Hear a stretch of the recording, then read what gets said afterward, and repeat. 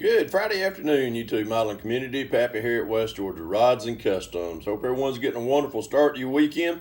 Thought I'd show y'all what I got started on my bench. I've been working on kind of in the mock-up phase on this kit probably for about, I'd say about 2 weeks. Anyhow, we just got back from vacation. Matter of fact, last Saturday, we spent a week in Cape San Blas, Florida, just right before Hurricane Sally blew through the Gulf. So we got out of there just in time. We got back home, got settled in. I had to work this week, so just thought I'd sit down now that I'm off for about 7 days and get a little bench time in. But going down to the beach really kind of, it's a great getaway. It's always great to get back home.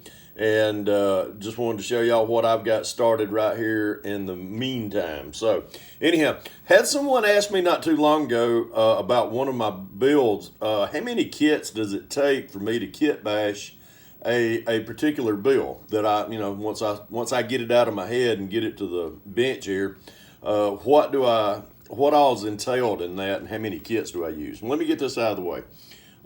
This is the kit right here that it just has came back out. I've really been wanting to get this monogram kit of the Chevy Luv pickup.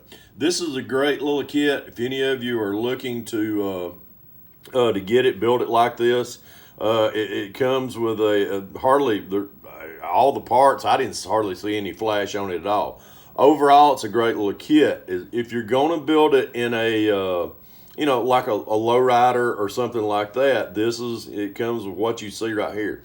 I'll show you what I've got planned right here in just a minute. I've got it in mock-up stage.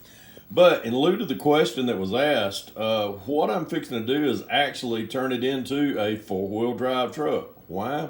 Because that's what I want.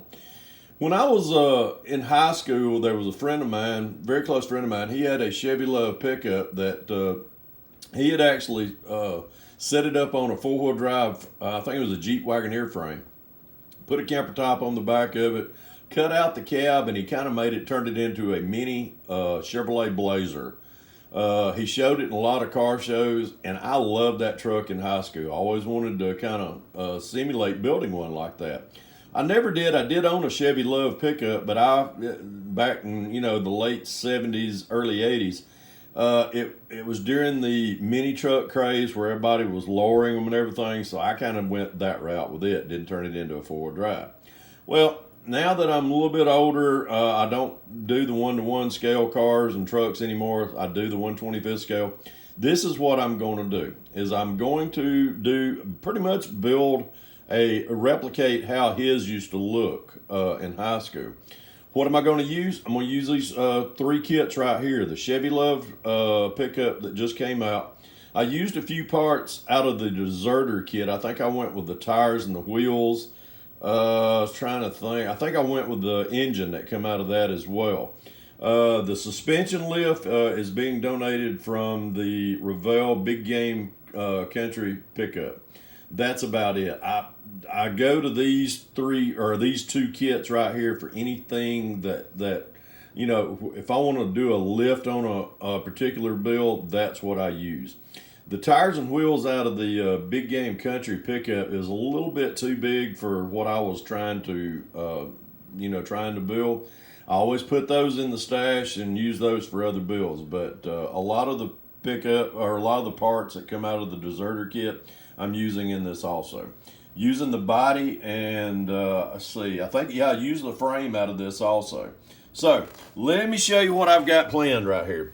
Here we are in the mock-up stage. Just pretty much not really, not going, radically high on this truck, but everything that you see right there as far as the body, the bed, the camper top, the frame, that all came from the Chevy Luv kit. Now, as far as the suspension lift that you see right there, as far as the axles, as well as the what else? As far as the axles and the springs and all that, I had to do a little bit of shortening, no narrowing. Didn't narrow anything as far as in the axles. Just had to actually had to shorten the springs in the front on the front axle itself. Had to shorten that to where it would fit up under the frame.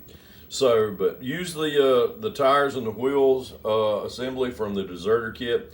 Thought they looked a little bit more to scale. Give me the lift that I was trying to achieve to replicate my buddy's truck. As far as the color, I'm actually getting off the. I've been using Tamiya paints for a while. Some of the paint, as far as Tamiya, I can get the colors pretty easily, but the TS13 is becoming hard to find here around where I live at. I'm waiting on a couple of cans of that stuff to come in. So what I'm going to use to paint this with is I'm actually going to go back to I'm going back to the automotive paints that I used to use. I used to use a lot of Duplicolor automotive grade paint. So I'm going with a kind of if any of you that's been following my channel for a while, I built the Pro Street Willis and painted it kind of a metallic blue. I got a little bit left over with it, so that's the color that it's going to be on this particular build. I'm going with my metallic blue and using the clear, the Duplicolor clear and everything. So, and just going to keep my fingers crossed. That's what kind of got me away from using the Duplicolor stuff. I had a bad reaction with the spraying the clear on another build of mine, and it just, oh my God, it just turned out terrible. So I got away from using Duplicolor, started using Tamiya more as far as the base coats and the clears, and stuck with that. So I'm gonna kind of veer away from that and just wish me good luck on that. But this is where we're at right here. As far as in the mock-up, I had to got the engine and the cross members. That I think that, like I said, that come out of the deserter kit. And no, I take it back. This engine right here, no, it is out of the deserter kit. I'm sorry. So let's see what else. There's the dash radiator, using that out of the Luv kit. The front bumper, front grille, that's from the Luv kit, and all that right there. As far as the manifold and all that, that come from just different, just some out of my part stash and stuff. So, but that's what we're trying to achieve. We're going to take these three kits right here, and we're going to turn it into that right there. And I'm tell you what, probably going to get some color on this bad boy here in the next few days. I got 7 days off, and I'm looking forward to a lot of bench time. So, but anyhow, thanks for the question about how many kits does it take for one of my builds. Question answered is 3. It's taking 3 of these kits right there to get it to that stage right there. And it takes a lot of kit bashing. You got to do a lot of making things fit, which is I really enjoy. That's what I enjoy about this hobby. I can pretty much just sit down and lose myself in an evening or a day of just sitting there trying to make things fit, trying to get it to fit right and look right. So, but anyhow, thought I'd share this with y'all. And remember, folks, if you can dream it, build it. There's where I'm at. Pappy's Hot Rods, West Georgia Rods and Customs. If you ain't subscribed to me, please, appreciate your subscriptions. Appreciate your likes and your comments. God bless y'all. Pappy out of here.